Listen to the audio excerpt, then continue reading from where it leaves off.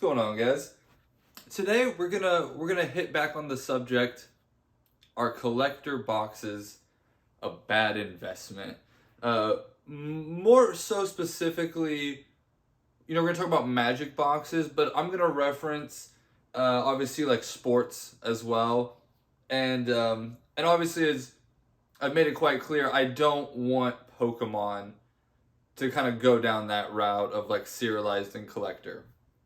So, few caveats I want to hit before we go, and then we'll get on with it. And again, also this video isn't some sort of this is fact, this is what is to be true.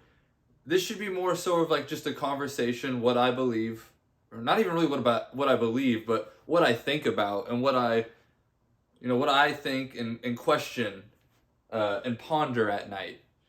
And, some guy could probably write some genius comment and could probably completely change my mind on this whole subject. So who knows? So without further ado, we're gonna touch on two things, and then we're gonna get right into it. But these two things pretty much have to do with it. So first thing, this is not some sort of like game piece army mindset. That's nonsense. That's whack. I think cards should have value. I think they should be expensive. I think they should be collectible.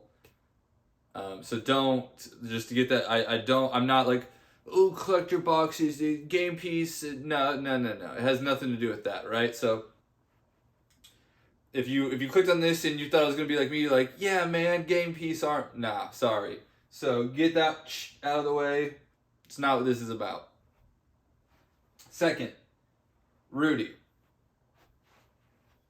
Let me just stress, obviously, Rudy is kind of what got me, and I'm sure a lot of people, into this. Let me just stress that it's not that I'm like, don't trust Rudy, but I guess the best example I can give, right, is I kind of talk about like Patrick Bet David, PBD Live podcast. I love watching just the PBD Live podcast, Tom, Vinny, even Adam. But the point is I know that PBD he was an MLM guy, right? And I know that he was also basically like an insurance MLM. So any like I would never give the man a dime. And anytime like the subject of insurance is brought up, he's gonna obviously be on that side of insurance, right? So my point is with Rudy is it's like, yes, Rudy is given the best financial advice and the best life advice there is to give out on YouTube, right? But when it comes to like certain products, you got to remember that he's like an extremely large shareholder of Hasbro, and he has most of his net worth, not most of, but an extremely large amount of money of net worth in collectible cards, right? So it's in his interest and his family's interest that certain things do well. So, and the thing that really like cemented this with me, I remember, was like Assassin's Creed collector boxes, and just I remember my sentiment on it, and I just seeing his and him be like, oh, the market's being so emotional, and it was like, no, we're being quite rational. I assure you, there's a reason these boxes are this price. So, but just remember, right? Rudy's an amazing person, great advice, but it's in his interest and his family's best interest for him to say certain things, and you need to remember that in general. So just remember that. Again, Rudy's awesome. Love him. I'd love to give the man a handshake one day. So, with that out of the way, let's talk about, again, why I don't like collector products. I've kind of written three things here. One, you know what I mean? I'm just going to rant, right? So, like, risk. Obviously, when it comes to higher dollar items, there's a lot bigger room of risk. So again, when it comes to, and let me also just stress that I should have done this at the beginning too.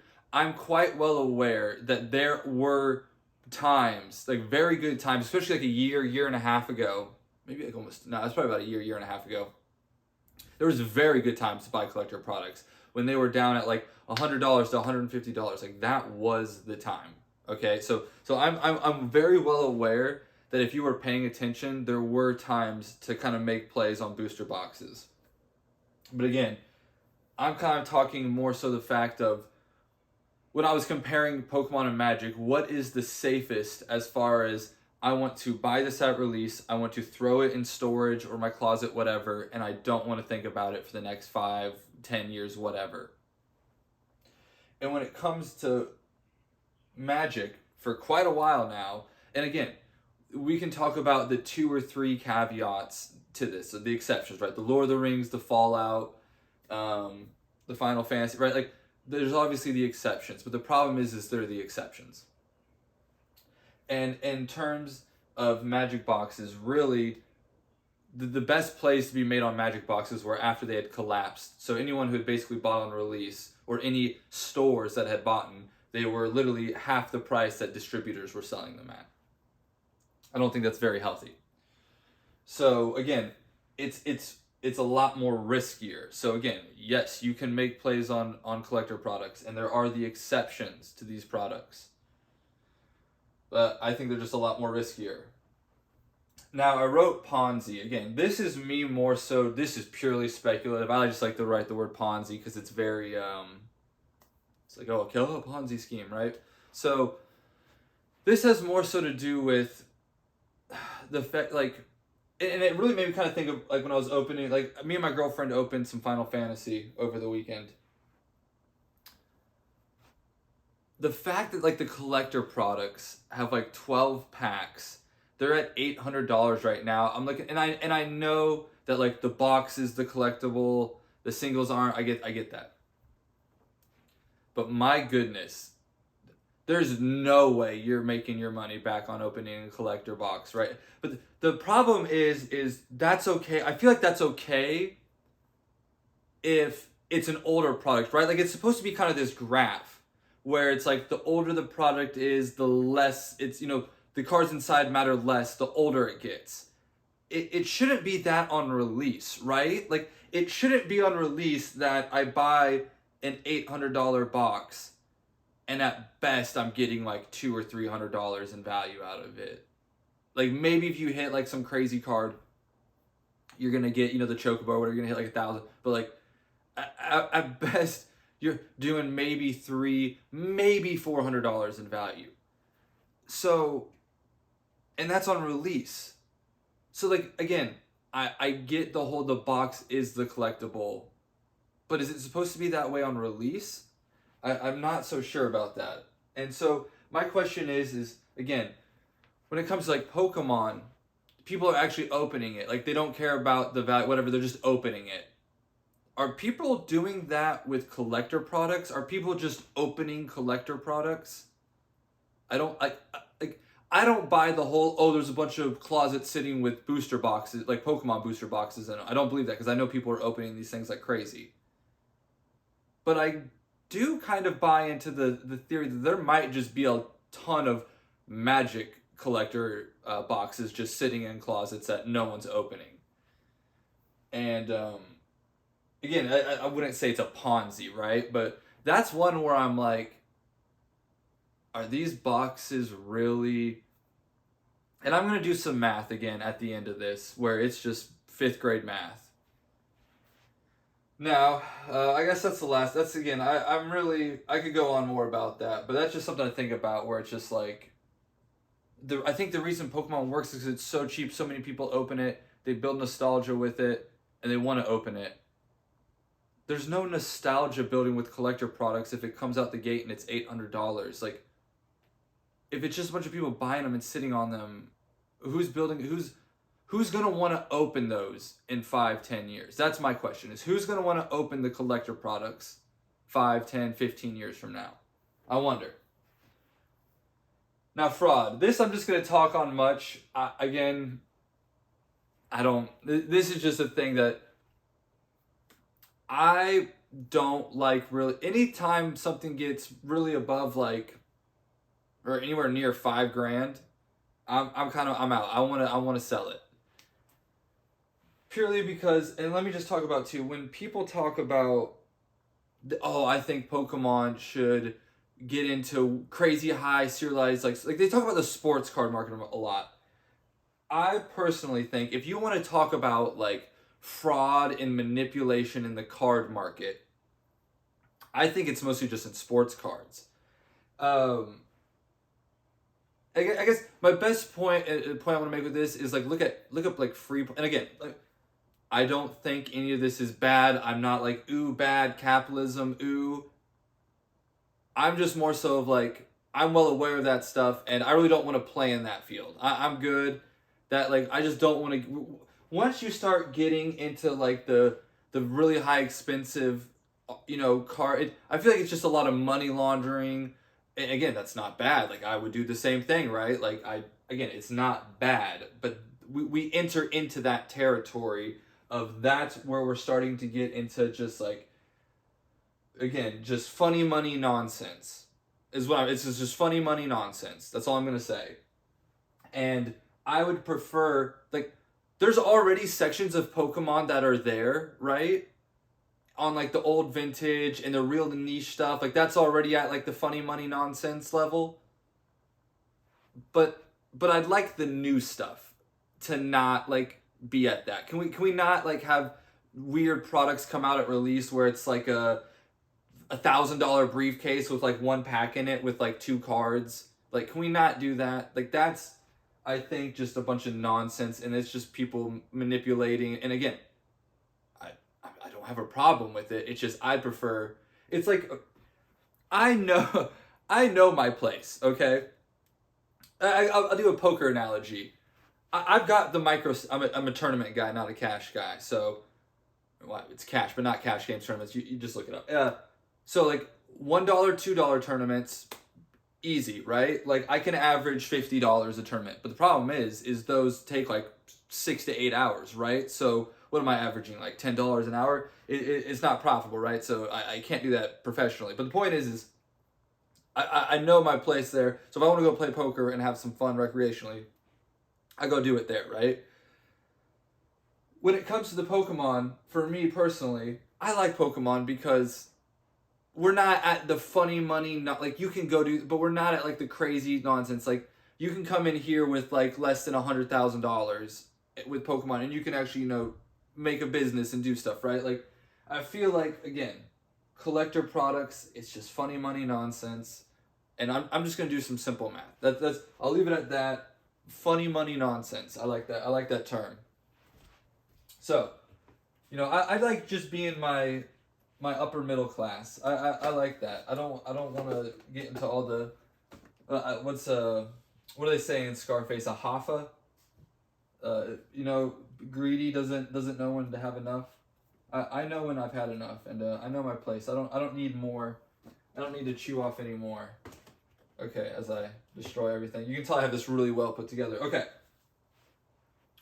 For me, again, I'll end it with this. It comes down to some really stupid math, and it's about as far as my brain goes.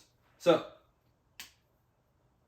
I'll even do it with terms of new booster box prices. Again, this point was a lot more solid when Pokemon booster boxes were like $90, but I think it's still a solid, valid point. So let's just take, for example, let's say, what's a good $200 booster box we could pick? Let's pick Paradox Rift. Let's pick Paradox Rift. So, let's say you've got 1, 2, 3, 4. You got 4 boxes, Paradox Rift. Or, well, even, and I know they're a little bit more than this, but I'm gonna be super generous. Or you can get 1 Final Fantasy booster box for $800. Now, let's not put a time frame on this, right? Let's not. I'm not gonna try and put some time frame on this. But like, what do I think is a reasonable price? Again, and we'll just 5-10 years, somewhere around there. What is a reasonable price that I think that Paradox Rift could get to within 5 to 10 years? $800. I'm gonna say $800. I think that's reasonable to say $800 in 5 to 10 years. Again, we're just gonna say $800. No, I'm not. Again, just don't even think about time frames. Oh, so $800. All right, now let's see if I can do quick math here. What is that? 1600, so 3200.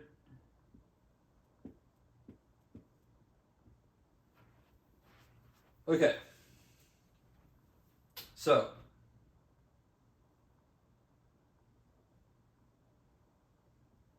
I guess the question is then, right, is when do you guys think a Final Fantasy box goes to $3,200 a box? And again, at that point, again, what's safe? What do you feel?